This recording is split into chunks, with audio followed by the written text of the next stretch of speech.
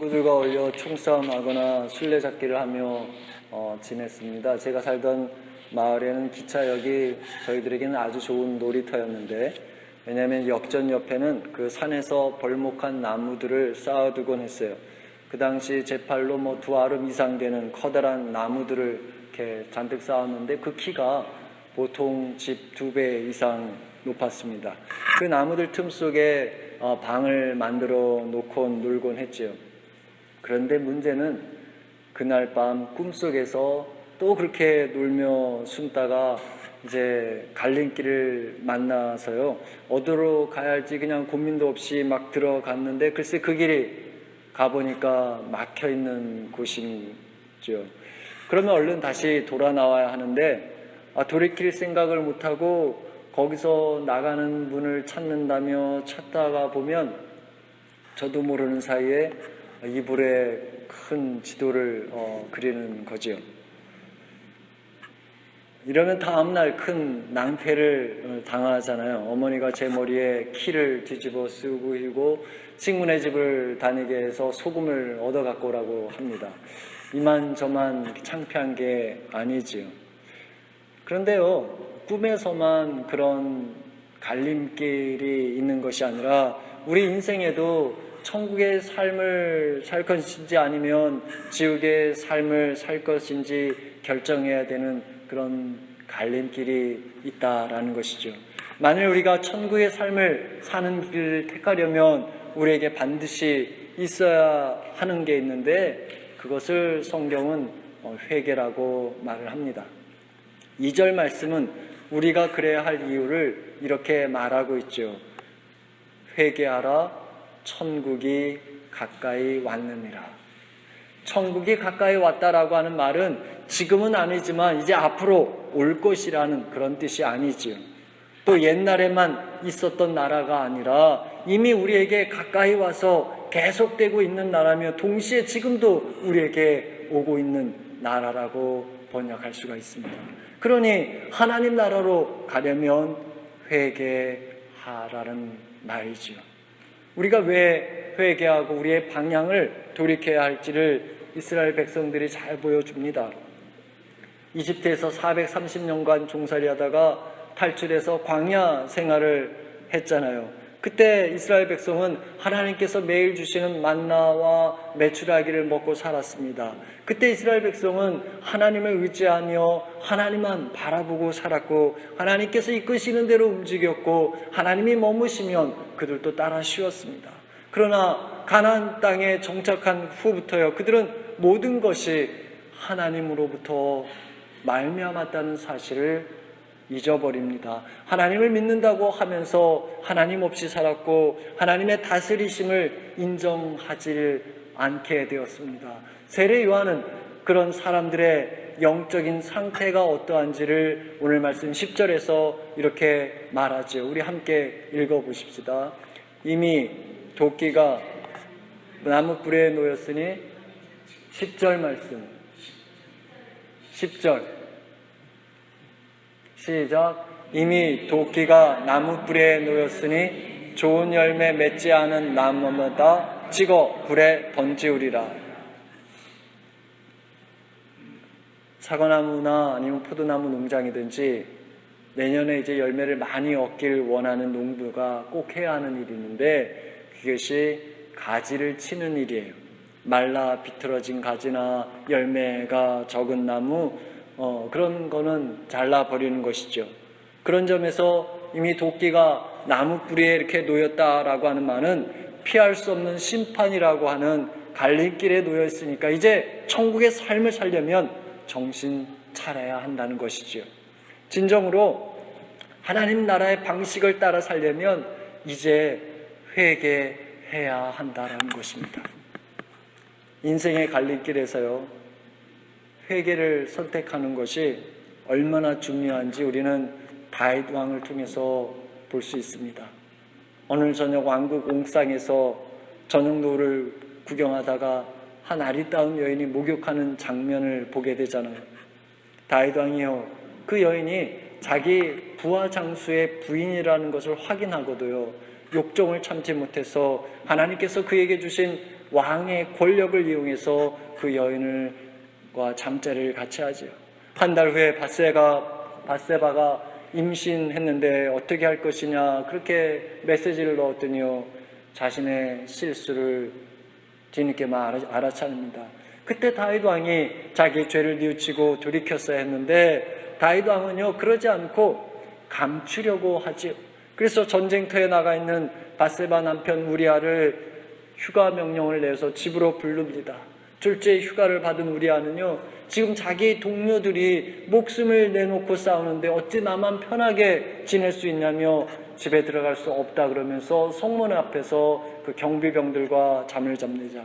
그러자 다윗 왕은요, 어떻게든 우리아를 집에 들여보내려고 왕궁에서 제일 좋은 음식을 먹이고 술을 잔뜩 마시게 해서 들여보냅니다만, 그러나 우리아는 경비병들과 그날 밤도 지내집니다.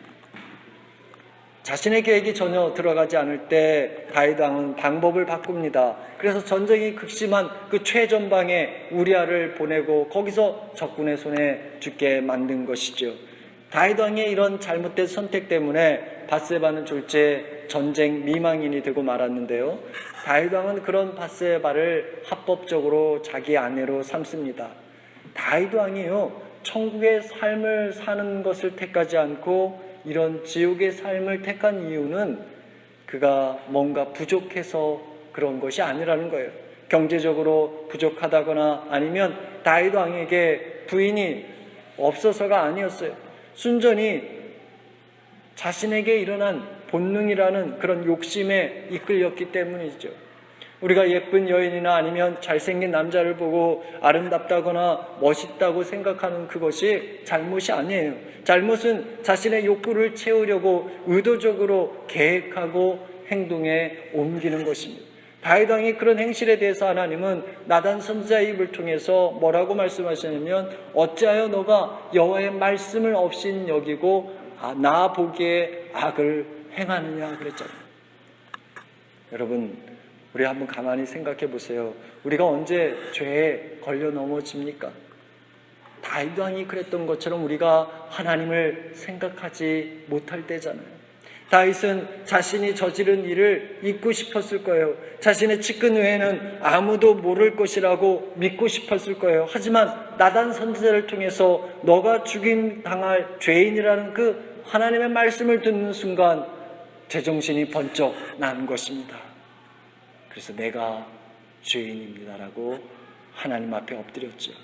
하나님께서 주신 권력으로 백성과 하나님을 위해 사용하지 않고 자기의 욕심을 채웠던 죄를 뉘우쳤지요. 하나님이 자신을 영영 떠날까 두려워하며 주님의 성령을 거두지 말기를 간구했잖아요. 법에 따르면 다윗의 한 행위는 마땅히 죽을 죄였지만 다윗 왕이 다시 살게 된 이유는요, 바로 여기에 있습니다. 비록 그가 갈림길에서 선택을 잘못한 까닭에 지옥의 삶을 살게 되었지만, 그러나 자신이 택한 삶의 방식을 뒤늦게라도 뉘우쳤고 돌이켰기 때문이지요. 우리는 이 시점에서 나에게 주신 재능과 물질, 건강과 시간이 하나님께서 주신 것임을 기억하고 정말 주님을 위해 사용되고 있는지를 한번 따져보아야 합니다. 우리가 한순간이라도 하나님을 생각하지 않거나 말씀을 잃어버린다면요, 우리도 다윗처럼 넘어질 수밖에 없는 거죠. 여러분, 우리가 이럴 때 어떻게 해야 할까요?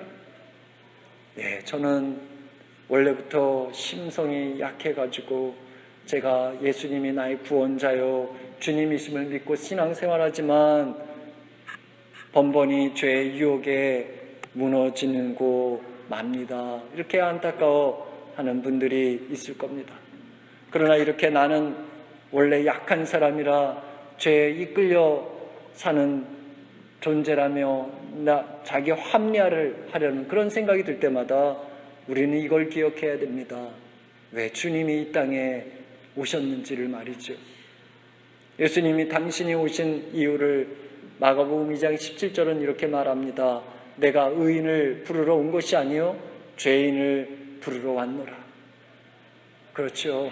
우리가 어떤 죄 가운데 있든지 주님께 돌이키면 되는 것이지요. 우리를 부르시고 찾으시는 주님의 음성을 듣고 다시금 주님께로 돌이켜서 천국의 삶을 살아가기로 선택하는 저와 여러분이 되시길 주님 이름으로 축복합니다. 우리가 이렇게 천국의 삶을 살아가기로 선택할 때 우리에게 필요한 것이 있는데, 그것은 그 인생의 갈림길에서 회개가 있어야 한다는 거예요. 그렇다면 우리가 무엇을 회개하며 살아야 하겠습니까? 저는 우리가 주님의 영광과 이름을 위해 힘쓰지 못한 것을 회개하며 살아야 한다고 생각합니다. 우리는 사실 우리가 일하는 일터나 어떤 일들이 잘 돌아가지 않으면 걱정하고 염려하지요. 마찬가지로 교회가 잘하지 않는 것 염려합니다. 대다수의 교회들이 그렇습니다만, 교회를 위해 가장 걱정하는 것은 출석하는 사람들 숫자와 재정이지요. 예배당에 나오는 사람들이 적은 숫자인 것을 걱정합니다. 그런데요, 정말 우리가 걱정해야 할 것은 우리의 눈에 보이는 사람들의 숫자와 재정이 있느냐 없느냐, 그것이 아니라 여기 이 예배의 자리에 하나님의 영광이 있느냐 없느냐 하는 것이어야 한다는 점이지요.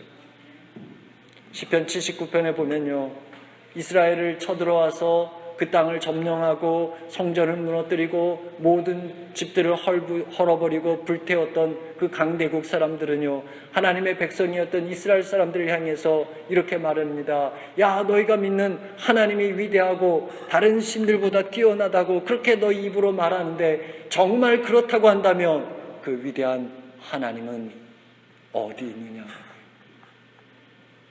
그러면서 비웃어요.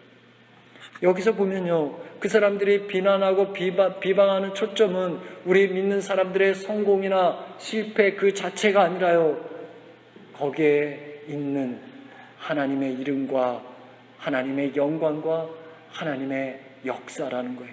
다시 말해서 우리가 좋든지 싫든지 세상 사람들은요, 우리의 모습을 보고 우리가 믿는 하나님을 판단하고 있다는 거예요. 여러분, 우리가 누굽니까? 베드로후서 2장 9절은 이렇게 말하잖아요. 오직 너희는 택하신 족속이요 왕같은 제사장들이요 거룩한 나라요 하나님의 소유된 백성이라고. 우리는요, 하나님의 대리자고요, 하나님의 이름이 걸려있는 사람들이고요, 하나님의 소유된 백성입니다. 하나님께서 우리의 어두운 죄와 사망에서 구원하시고 불러내신 이유는요, 그것은 바로 하나님의 이름과 영광 때문이라는 거예요. 그래서 구약 성서에 나오는 사람들의 그 기도를 살펴보면 한결같이 그들은 하나님께 열정을 가지고 있었고요, 위대하신 하나님께서 마땅히 받아야 할 경배를 받지 못하시는 그것 때문에 괴로워하고 마음 아파했습니다. 그리고 그것을 걱정했어요. 그런데 여러분, 우리를 한번 돌아보십시다. 오늘 우리가 가장 걱정하는 것은 믿음의 사람들이 행했던 것처럼요, 우리를 통한 하나님의 영광과 하나님의 이름이 아니라 우리 자신과 우리 가정의 일이잖아요. 내 문제와 내 어려움 놓고 기도하느라고 지치고 힘이 빠져서 교회를 위한 기도는 꺼내지도 못합니다. 오로지 내 축복, 내 필요, 나의 이런 일 저런 일에 대해서 하나님께 매달려 기도하느라고 교회를 위해서 기도하지 못합니다. 예수 그리스도가 세상의 유일한 소망이며 교회가 이 시대의 구원의 희망이라고 말하고, 우리가 정말 그것을 믿는다고 한다면 교회가 그러지 못하는 것을 아파하고 교회에 복음 전할 능력을 달라고 하나님을 대적해서 일어난 모든 사탄의 세력들을 무너뜨릴 그런 능력을 허락해 주시길 우리가 기도해야 하지 않겠습니까? 이것이 저와 여러분의 기도가 되길 바랍니다. 주님 오시는 강림정기를 맞아서 이것을 걱정하며 그렇게 기도하지 못한 것을 회개하는 저와 여러분이 되어야 하겠습니다. 인생의 갈림길에서 천국의 삶을 살기로 작정하면 반드시 회개가 필요하다고 하니까 우리 중 어떤 분들은 나는 그렇게 악한 일을 하지 않아서 회개할 것 없다고 그렇게 여기는 분들도 있을 거예요. 신앙생활 오래 했고 주일날이면 빠짐없이 예배드렸으니 괜찮다고 여길 수 있을 거예요. 또 어떤 분들은 나는 11조 드리니까 우리 부모 때부터 신앙생활 하니까 회개할 것 없고 구원은 당연한 것이라는 생각이 들곤 할 것입니다. 그런데요, 우리가 물어보아야 할 불편한 진실은 그런 생각이 정말 맞는가 하는 것이잖아요. 9절 말씀에 보면 세례를 받으러 요한에게 나온 사두개인과 바리새인들을 독사의 자식들이라고 모욕을 듣죠. 한 걸음 더 나아가 세례 요한은 그들에게 이렇게 말합니다. 너희 속으로 아브라함이 나의 조상이라고 생각하지 말라. 내가 너희에게 이르노니 하나님이 능히 이 돌들로도 아브라함의 자손이 되게 하리라. 무슨 말입니까? 물로 씻는다고 해서 바꿔질 수 있는 게 아니라는 거죠. 바꿔야 할 것은 우리의 겉가죽이 아니라 우리 속의 삶의 방식이라는 거예요. 당시 사람들은요, 아브라함을 조상으로 내세우면 다 통할 것이라고 생각하며 살았는데 요한은 그게 아니라는 겁니다. 길에 놓여있는 흔한 돌처럼 겉모양만 아브라함 자손이며 뭐 할 거냐는 것입니다. 그렇습니다. 오늘 우리에게 정말로 필요한 것은요, 주일날이면 예배당에 나와 예배드리는 우리의 겉모습을 보고 만족해서 구원을 얻었다고 위로감을 느끼며 사는 그것이 아니라 우리가 가난하든지 부유하든지 건강하든지 약하든지 우리가 어떤 상태에 있든지 그 자리에서 하나님의 말씀을 기억하고 하나님을 두려워하며 우리에게 다가오는 인생의 갈림길마다 천국의 삶을 살겠다고 선택하느냐에 따른 거예요. 혹 그런 땐 길로 갔을 때에는 그것을 알고 돌이키는 데 있다라는 것이죠. 여러분, 우리가 신앙생활 오래 했잖아요. 예배당 참 오래 다녔습니다. 지금까지 얼마나 많은 예배를 드렸습니까? 우리가 이민 와서 힘들고 바쁜 생활을 하면서도 하나님께 예배 드렸어요. 땀 흘려 애써 번 것을 주님께 드렸어요. 또 시간과 재능을 들여서 봉사했습니다. 그런데 문제는요, 그렇게 섬기면서도 마음속에 기쁨이 없는 거예요. 예배 드리면서도 아무런 감동이 없는 거예요. 도대체 그렇다고 한다면 내가 왜 이 예배의 자리에 와 있는지 우리가 심각하게 물어보아야 하지 않겠습니까? 흔히 이런 말 하죠. 서당계 3년이면 풍어를 읊는다. 분식집계 3년이면 라면을 끓인대, 권사님. 근데 우리는 어때요? 아무런 감동도 못 느껴서 그냥 시루에 담긴 콩나물이 물이 다 빠져나는 것 같아도 그 물을 먹고 자라듯 언젠가는 하나님의 감동을 조금이라도 깨닫지 않겠느냐, 그렇게 생각할 수 있어요. 그것이 완전히 틀린 말은 아닙니다. 그런데요, 정말 그렇게 콩나물처럼이라도 우리의 신앙이 자라길 원한다고 한다면 우리 마음속에 진심으로 하나님을 만나길 사모해야 한다는 겁니다. 집을 나가서 제 멋대로 살던 탕자가요, 제정신 차리고 아버지 집에 들어갈 때 어떤 마음으로 돌아왔습니까?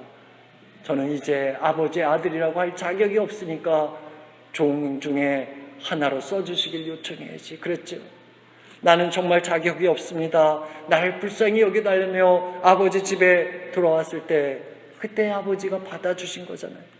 그에 반해서요, 아버지 집에 늘 있었던 큰아들은 이럽니다. 나를 위해서는 염소 새끼 하나 잡아 잔치를 벌여주시지 않는다면서 섭섭해합니다. 내가 할 도리는 아버지께 다 했다고 여겼습니다.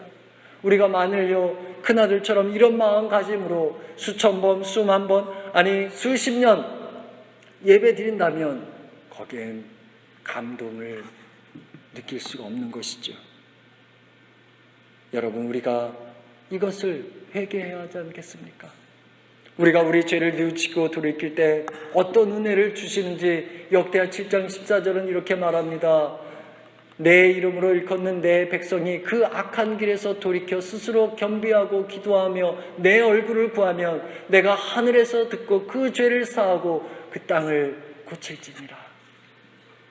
여러분, 이 시간 생각해 보십시다. 오늘 예배당에 왜 나오셨습니까? 주님의 은혜가 필요해서잖아요. 세상이 줄 수 없는 평안함 얻기 위해서잖아요.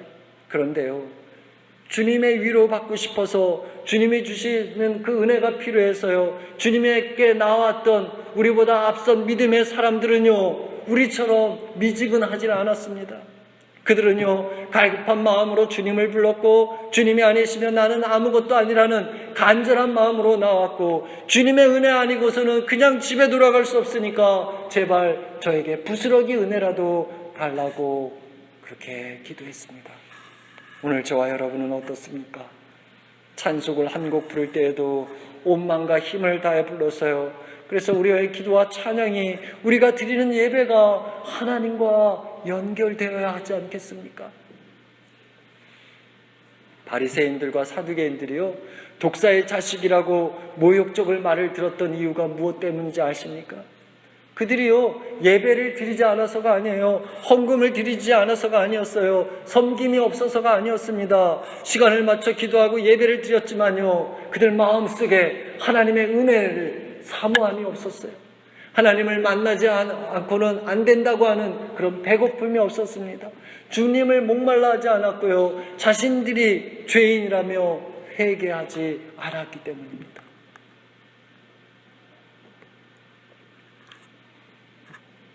제가 목회 나오기 전에 아내와 기도원에 갔는데요, 기도원에 가는 이유가 다들 있겠지만 저는 제가 하려던 일이 꼬여가지고 할 수 없어서 가게 되었어요.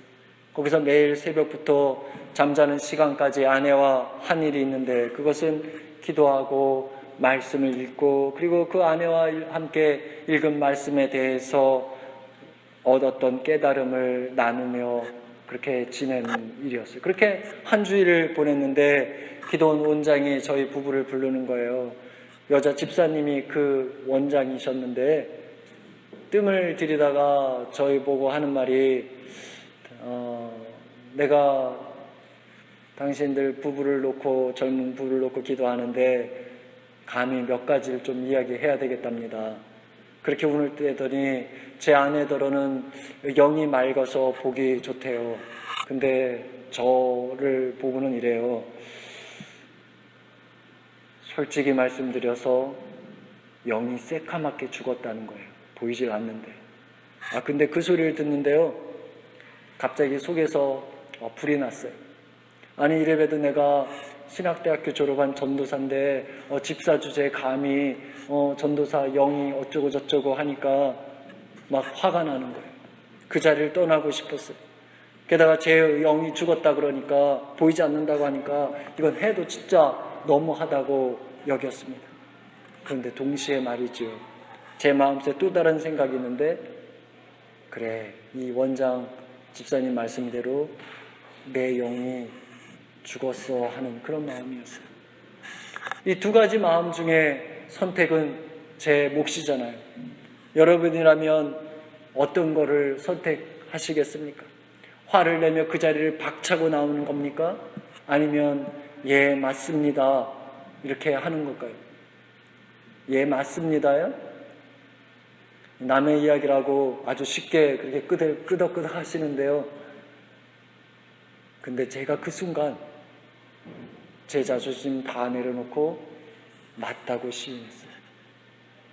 그런데 신기한 것은요, 그날부터 회개가 시작되더라고요.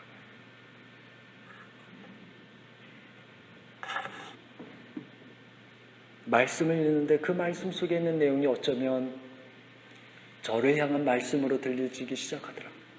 마음에 찔려 죄를 느꼈고요, 찬송을 부를 때면 그 가사가, 그 내용이 제게 말하는 것으로 들렸어요. 지금껏 숱하게 예배 자리에 나왔고 십자가에 대해 수없이 많은 말씀을 들었지만 아무런 감동이 없었는데, 그때부터 십자가 생각하면 하나님 사랑이 생각났고 목이 메었고 눈물을 흘리곤 했습니다. 저는 사실 그때까지 제 잘난 맛에 신앙생활했고요, 성경에서 하나님 말씀대로 살지 않은 그 사람들 이야기 읽거나 들으면 어쩌면 이럴 수 있느냐 분노했습니다. 그 이야기가 저와는 전혀 상관없는 걸로 여겼어요. 그런데 알고 보니까 그게 다 그 사람들 문제가 아니라 바로 제 문제더라고요. 제 이야기더라고요. 저는 그때 그 갈림길에서 깨달은 사실이 있는데, 그것은 나라고 하는 존재는 하나님의 은혜 아니고서는 도저히 살 수 없는 죄인이라는 거였어요. 그리고 매일매일 산다는 것, 이게요, 하나님의 은혜 없이는 안 된다는 것을 깨닫게 되었습니다. 물 위를 걸어가는 것이 기적인 것처럼요, 땅 위를 걸으며 사는 그것도 기적이요, 하나님의 허락 없이는 안 되는 은혜라는 사실을 깨닫게 되었습니다. 그래서 그때부터 회개하기 시작했는데 얼마나 감동이 컸는지 모릅니다. 조은하가 지은 하나님 은혜는 이를 이렇게 고백하지요. 나를 지으시니가 하나님, 나를 부르시니가 하나님, 나를 보내시니도 하나님, 나의 나된 것은 다 하나님 은혜라. 나의 달려갈 길 다 가도록, 나의 마지막 호흡 다 하도록 나로 그 십자가 품게 하시니 나의 나된 것은 다 하나님 은혜라. 한량없는 은혜, 갚을 길 없는 은혜, 내 삶을 애워싸는 하나님의 은혜, 나 주저함 없이 그 땅을 밟음도 나를 붙드시는 하나님의 은혜. 여러분, 우리가 예배를요 수만 번 드리고 예배를 많이 드린다고 해도요, 하나님과 아무런 상관이 없다고 한다면 우리에게 무슨 소용이 있겠어요? 하나님의 은혜 아니고서는 안 된다며 깨어진 심령으로 회개하는 은혜가 우리에게 있어야 하지 않겠습니까? 이런 우리의 모습을 사람들이 본다고 한다면요, 우리 삶에 깊숙이 찾아오시는 그 역사하시는 하나님의 임재를 느낄 것이고요, 그 사람들이 예배당으로 몰려오기 시작할 것입니다. 이 시간 축복합니다. 그저 주일날이니까 의무감으로 예배 드렸던 지난날의 예배 태도를 회개하고 주님을 배고파하는 예배자의 모습으로 변화되는 은혜가 있기를 축복합니다. 우리는 교회력으로 강림절 둘째 주일 맞고 있어요. 주님은요, 죄인인 우리를 찾고자 오셨어요. 지금도 오십니다. 성령을 통해 우리를 가까이 오십니다. 그리고 마침내 더 완전히 오실 거예요. 열매 맺지 못하는 나무라서 도끼로 찍어 불에 던지울 존재가 나인데도 불구하고 기다려주시고, 그리고 용서해 주신 그 하나님의 은혜를 알고 주님께로 돌이킬지 아니면 모른 채 계속해서 주님과 상관없는 삶을 살지는 우리 각자의 선택에 달려있는 거예요. 여러분은 오늘 이 갈림길에서 어느 길로 가시렵니까? 여러분, 우리가 주님을 붙잡고 주님께로 가야 하지 않겠습니까? 이 시간 축복합니다. 주님께서 우리 안에 들어와 역사하시도록, 그래서 주님의 희망이 우리 안에 들어와 꽃을 피우고 열매 맺도록 주님을 더 깊이 모셔드리는 저와 여러분이 되길 바랍니다. 그래서 날마다 주님께 돌이켜서요, 죽어서 뿐만이 아니라 이 땅에서도 천국의 삶을 살아가는 저와 여러분 되시길 주님 이름으로 축복합니다.